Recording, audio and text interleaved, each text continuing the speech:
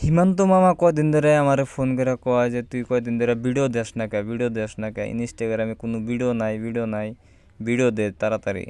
আর তখন আমি যামু, তুই আমার নিয়ে গমের রুটি বানা থিয়া দিস কিন্তু। তা আমি আবার কইলাম যে আঙ্গতে তো গমের রুটি নাই, তো গম রুটি খাইবার নলি গেলে আগে গম বোনা নাকবো। তাহলে কি করা যায়? হিমন্ত মামা আবার ফির কইলো তুই দোকানপাট বন্ধ করে থুইয়া যা। আমি দোকান বন্ধ করে থুয়ে যাই, বাড়িতে যাই, ড্রামের মধ্যে গম আসলো, গম সব ব্যক্তি বাই করলাম। বাই করার পরে গম দিয়ে বস্তা লোড করে লাইছি। তারপরে এত গম আমি এখন কি আবার নিয়ে যাবো। তারপরে আমি কামলা জামলা নইছি 4-5টা। ওই যে একটা সাইকেলে করে নিয়ে যান কামলা, আর একটা সাইকেল দেখা নিয়ে গেছে কামলা, আর একটা ওই পাশে আছে গাবলা মাথায় করে নিয়ে আসতেছে। এরপরে কিছু দূর যাওয়ার পরে যাই আছি আঙ্গুর ক্ষেত কিন্তু আবার মেলা দূর। নাঙ্গল গাড়ি করে নিয়ে গেতেছি, যাই আগে আলমারা লাগবো, নাঙ্গল দিয়ে আলমার মু এইডি কামলারে আজকে খাড়ামু কিন্তু সেই গাবলা মাথায় করে নিয়ে গেতেছি। দেখেন কামলা গোলারে খাড়াম না কে, কামলারা 700 টাকা করে হাজিরা নিব একজনে। আমার দোকানের নালবাতি জ্বালা দেব। কি এলো আবার কামলা নইছি না জংরাল নইছি, এখন হলো এখন কবি যে বস্তা ফালানোছি তুলে দেন আগে, কতন পরে আবার ফেরা কবিনি যে গমের বস্তায় পড়ে গেছে একবারে গম সম সরাইয়া মরাইয়া নবিনি। তারপরে গমের বস্তা কতি ফালানোছে, গুদ মারছে এতক্ষণে। কেরা ফালাইছে? বাবু। কোন বাবু?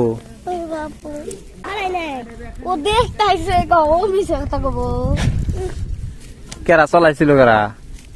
চলা নাই এই নিবিলা রাহি গেছে, এই তুই আইছে ওই যে কাইতেছে খারাপ ধরিস কি করছ।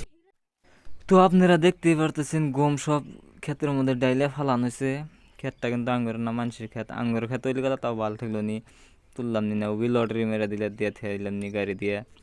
তে এই দেহ শয়তানটা আবার ফের বস্তার মধ্যে মোবাইল দিয়ে আবার ফের কি করতেছে। শয়তানের উপরে শয়তান কি করেন না, কি কমু।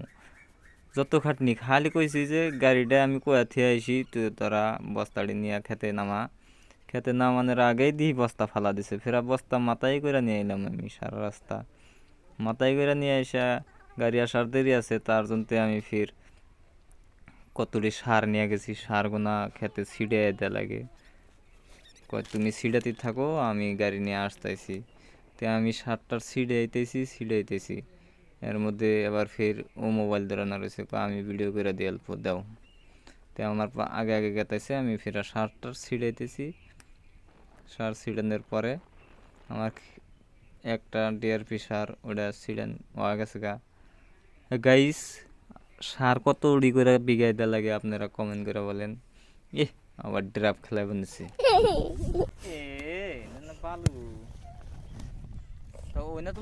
তো কামলা করে নিয়ে গেছি সার ছিঁড়াবেন নিকে। সার ছিঁড়ান বাদ দিয়ে ওরা মারামারি করা আরম্ভ করে দিছিল, কান্দা কাড়া। তারপরে ফেরা আমি কতটি মুড়ি ছিঁড়াবেন নিছি ক্ষেতের মধ্যে। মুড়ি টুড়ি ছিঁড়ে